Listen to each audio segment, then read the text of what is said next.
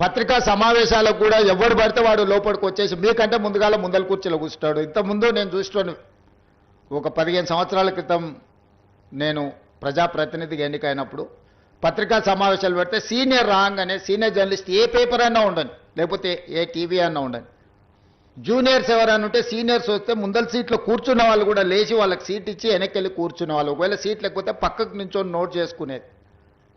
ఒక బాధ్యత, ఒక గౌరవం, ఒక మర్యాద.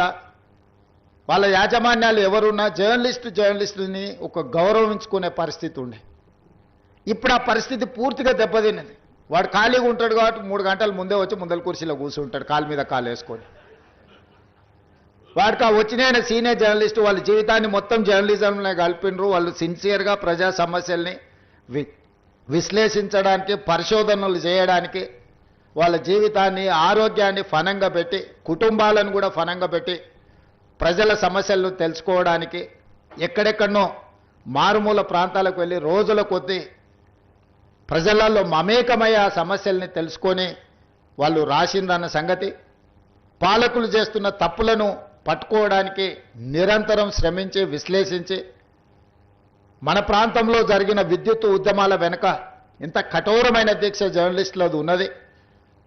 సరళీకృత విధానాలు వచ్చినప్పుడు ఆ సరళీకృత విధానాలు దేశ సంపదను పెట్టుబడిదారులు ఏ విధంగా కొల్లగొడతారని ఆనాడు విశ్లేషించిన జర్నలిస్టులకు ఈరోజు వచ్చినోనికి వాళ్ళ గురించి ఓనమాలు కూడా తెలియని పరిస్థితి. వాళ్ళు వస్తే కనీసం కూర్చోమని చెప్పాల్సిన కనీస మర్యాద పాటించాలన్న ఇంగిత జ్ఞానం కూడా కోల్పోయిన వాళ్ళు ఈరోజు వచ్చి మేము పత్రికా సమావేశాలు పెట్టినప్పుడు ముందల వరుసలు కూర్చోవడం కూడా ధిక్కారంగా,